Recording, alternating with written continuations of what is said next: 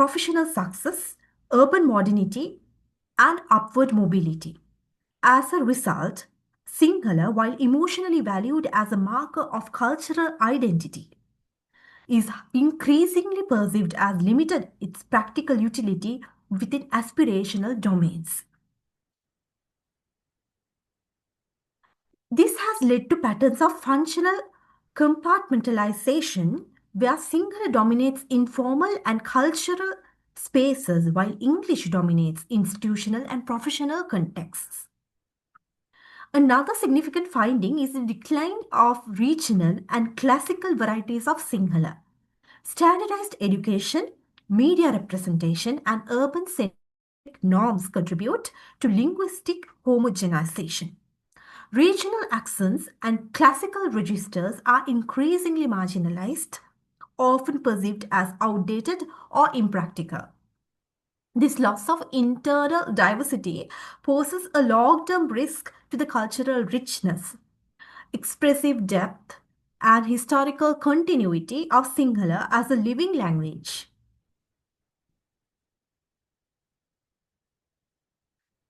These findings resonate strongly with existing theoretical frameworks on language vitality and language shift. Fisherman's emphasis on intergenerational transmission is particularly relevant as reduced transmission or stylistically rich Sinhala forms signals potential vulnerability.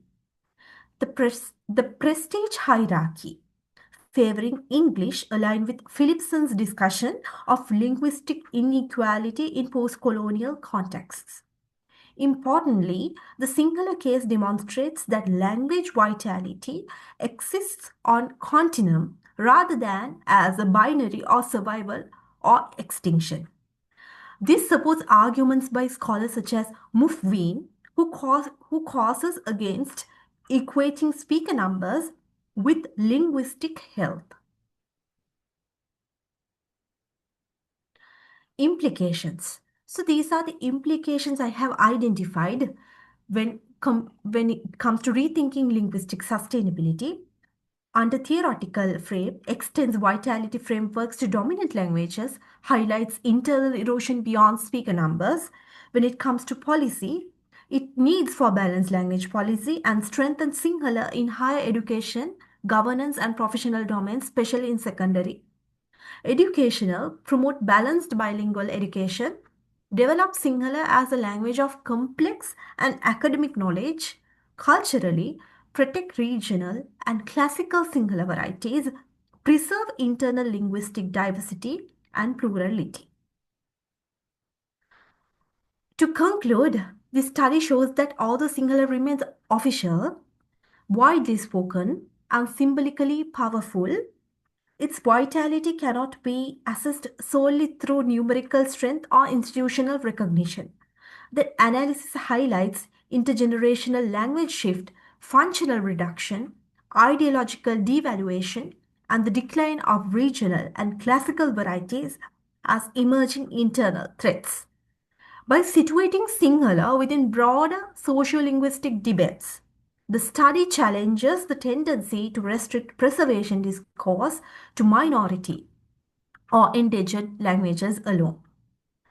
Preserving Sinhala, therefore, is not merely about safeguarding a national language, but about sustaining its internal plurality, adaptability, and relevance in a rapidly changing sociolinguistic landscape. Thank you. Thank you, Manushi, and I appreciate for completing your paper on time. So I appreciate that. And if there are any questions from the audience, questions can be posed. Manushi will be available for a minute time. Any questions? Okay. If there are no questions, Manushi, you may not have to answer it now, but you can also respond to me later. So, how about other languages spoken in Sri Lanka in terms of their vitality? Could you just respond to that other than Sinhala? Sir, am I audible? Yes, yes, please go ahead. For example, Yeah. for instance, Tamil and other languages But spoken in Sri. So, very briefly, Sri Lanka presents a highly uneven linguistic vitality landscape. While Sinhala functions as the dominant language and Tamil holds official status, several other languages spoken in Sri Lanka, such as Malay, and also Burghers, they converse in English, and Wadda, they face more acute vitality challenges, including limited intergenerational transmission and restricted functional domains. Sir. Okay, thank you. These Thank you very languages much. are okay, sir. Okay. Yeah, yeah. Thank you. And this is very interesting paper. So keep it up and thank you. And the next presenter Thank you, is, sir. Can I yeah. Yes, please. leave the Yes, yes. meeting now? Yeah, you may leave or you, if you would like to listen to other papers, you can stay back. Okay, sir. Yeah, I will it's stay. Okay. your wish. Okay. The next presenter is Satishan. Are you there? Satishan is not there, sir. Kavita is available. Okay. Third person. So I'll come back to Satishan if he or she comes back. But now next presenter is Kavita Yadav. Are you there, Kavita? Kavita, you can unmute yourself, start your video presentation.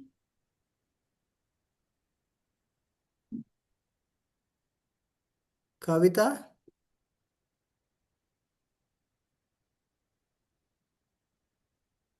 Can you unmute your mic and start your presentation?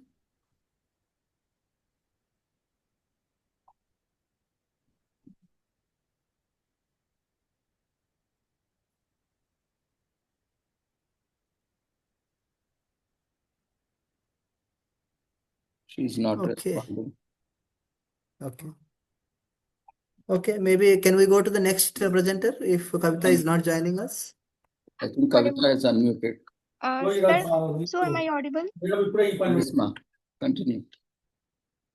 You start your presentation, ma. You also switch on your video. So it will take a screenshot for documentation purpose. Sir, I'm rejoining, sir. I'm unable to join that. Okay.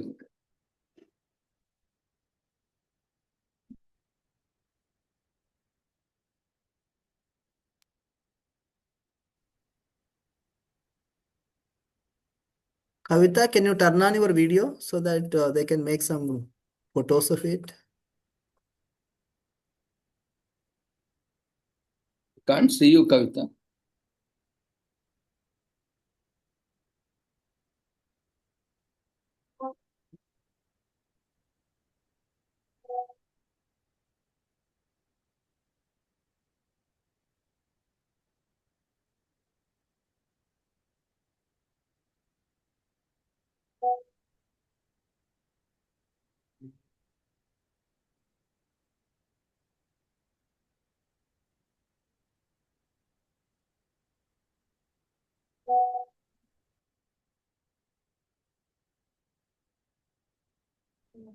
Oh, God, yes.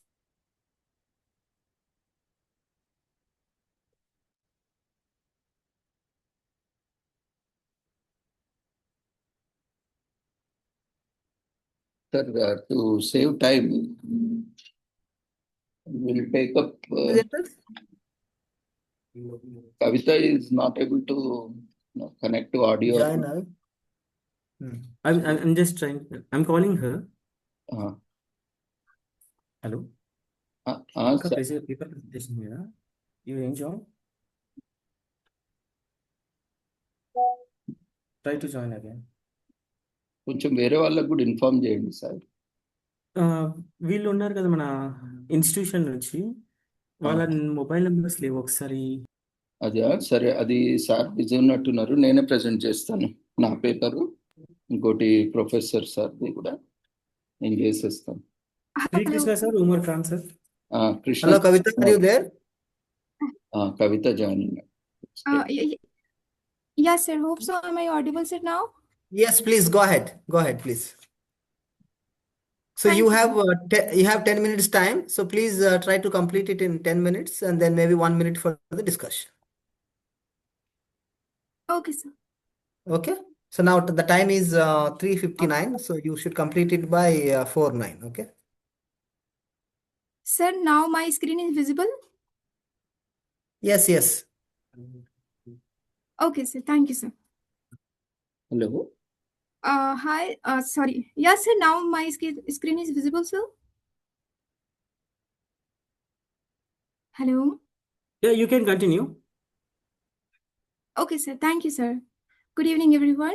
This is Kavita from Igantu, and today my topic is that kinship and related terms in three tribal languages of Madhya Pradesh. Sorry. Yeah. So let's start with the introduction part. Introduction in that one, I took that three languages in that Bhili and Maharan Boli and Buhana.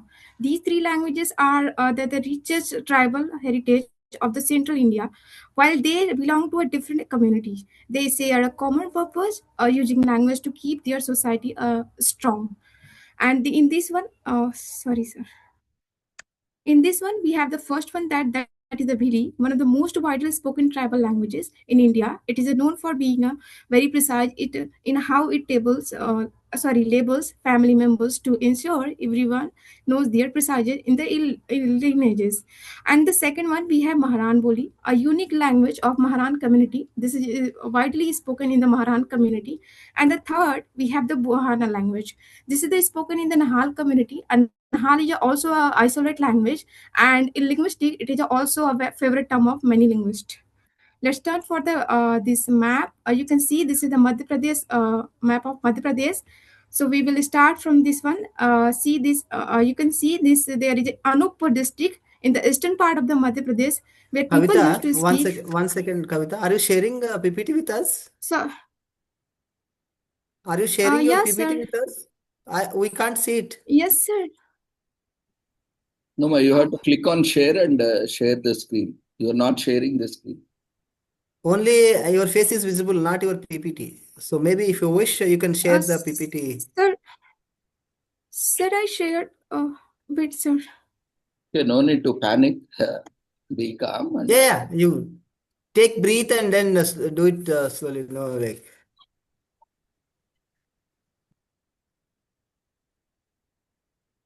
you need to click on share button ma in Zoom na. Kavita, no need to worry. You can just continue the Sir, session. No problem. Forget about the PPT. You can continue the session. but sir, I prepared PPT. It's It is okay. not visible, sir. You can mail the PPT later. Now you just continue your presentation. Go ahead now. Go ahead, Kavita, with your flow. Okay, ma, please continue.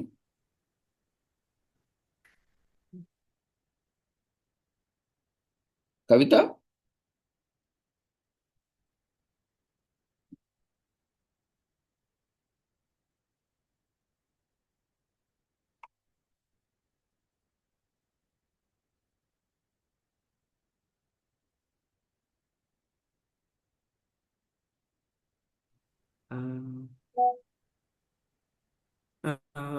Ravindra గారు I think she got panicked. మీరు session continue చేస్తారా? తర్వాత తను మళ్ళీ later join చేయొచ్చు. సరే అయితే ఈ లోపు ఒకటి కంప్లీట్ చేస్తాం.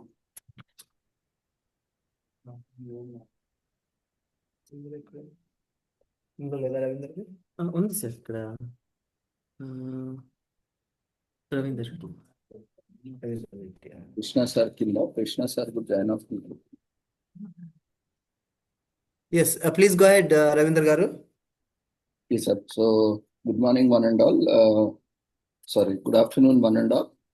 And I thank for the opportunity for the Department of Linguistics for giving this wonderful opportunity, and I express my gratitude to the chair, Vishwanath Naidu Garu. So today, I will be presenting on language identity and cultural tapestry in India, Anekta Mein Ekta as a living linguistic reality.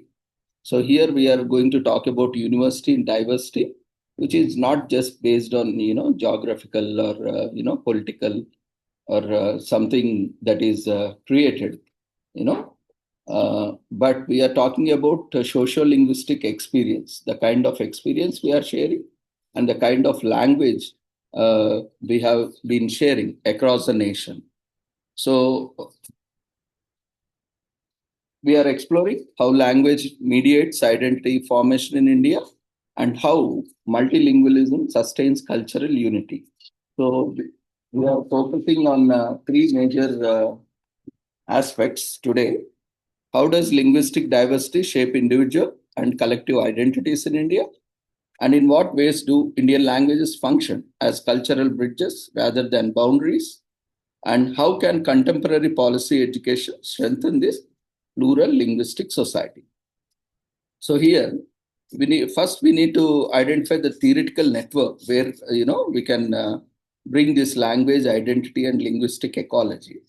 So from the research review of literature, we can identify the social linguistic perspective is not fixed, but it's performing and it's lively. So scholars such as Fishman and Buchholz and Hall in 1991 and 2005 respectively emphasized that language choices index belonging, authority, and resistance. So in India, identity is often multilingual, by default. And individuals routinely shift between home languages, that is native languages, regional languages, and institutional languages. And the concept of linguistic ecology that has begun by Huygens in 1972 is particularly relevant to the Indian context, where languages coexist within the social, cultural, as well as environmental systems. And they reshape each other because they have influence on each other. Rather than isolating each language or viewing it as a dominant or minority languages in zero-sum terms, ecological perspectives highlights adaptation, borrowing, and functional differentiation. Here we see in India, we have multilingualism, which is widely prevalent in every society, almost, leaving the endangered or isolated agencies. And here, Bharatiya Bhasha Pariwar, we can see the historical interconnectedness. The idea of Bharatiya Bhasha Pariwar itself acknowledges the deep historical links that are there and, among Indian language families. We see, shared phonological patterns like retroflex consonants, which is widely prevalent in all the languages. And we see similar syntactic features like SOV word order and semantic domains. We see kinship, ecology, spirituality, cutting across genealogical boundaries and across, language families. And we see colonial language policies which attempted to compartmentalize. And that's how we see, we see different kind of families and there is a lot of divisions. Like what we promote, Bharatiya Bhasha Pariwar is one family. But the colonial approach is something different. They say they, divided languages into various language families. We are not getting into that in detail as of now. But, we can see, I can give some examples like taking a case study from Hyderabad itself, Telugu-Urdu bilingualism. Here, Hyderabad offers a compelling example. See how initially Urdu was not part of it. Only when Nizams, they established their princely state here. So Urdu was official language. That's how, Urdu started in this region. And we can see even Telugu and Urdu coexisted as merely parallel languages because Urdu has been an official franchisee of the kings. And at the same time, the Telugu was highly patronized by the people. And though they were interwoven cultural codes. In similarly, we see bilingual ecology that is shaping regional identity. And one more case study, I will take it from tribal languages and multilingual identity, especially from central India, where Gonds, Bondo, Koya navigate complex multilingual environments. We see, Gonds and Bondo, Koya, they are spread across the states.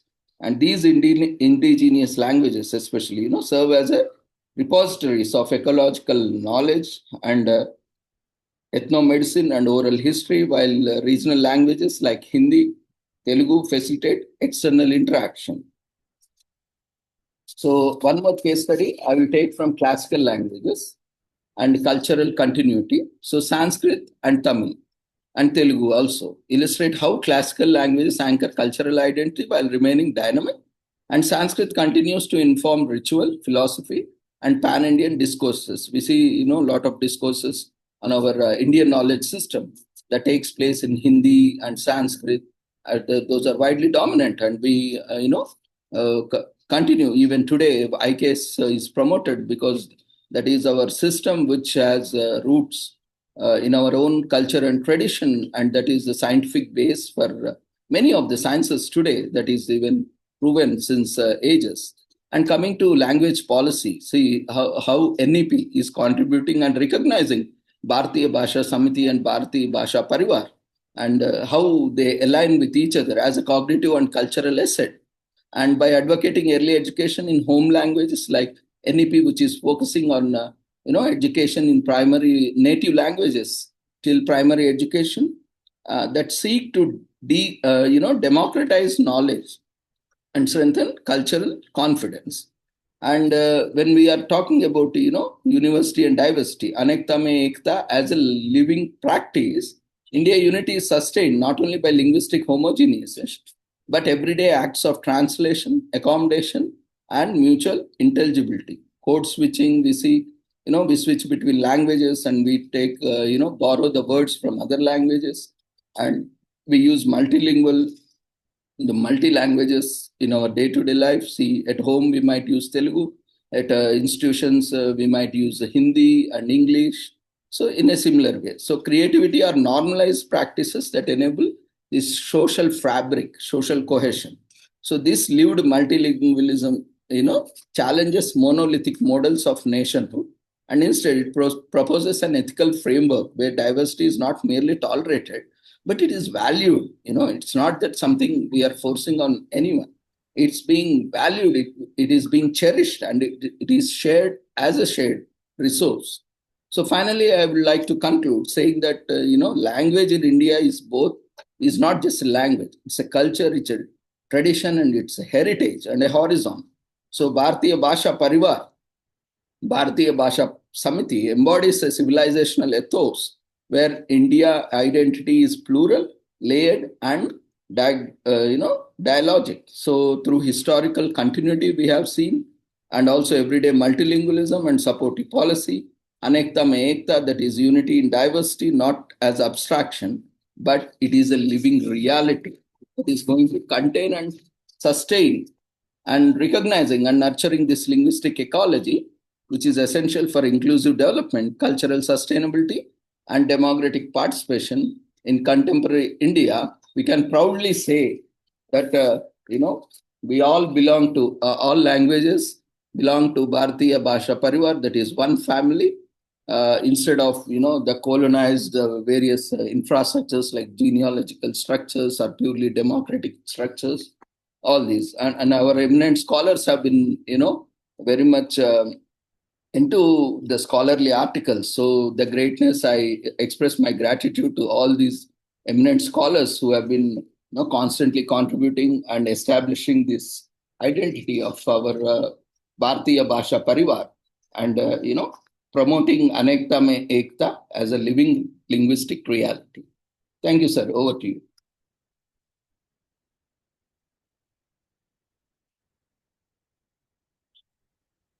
Thank you, Ravinder Garu, for your presentation. Any questions from the audience? No questions, sir. I think Krishna sir has joined. Okay. So we will quickly restart, sir. There is time limitation.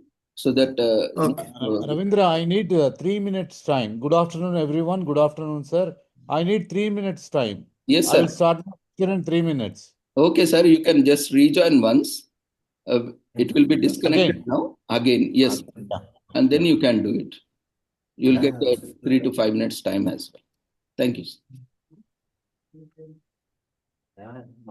Sir మళ్ళీ join అవ్వండి sir. ఇది limitation ఉంది, మనకి automatic disconnect అయిపోతుంది.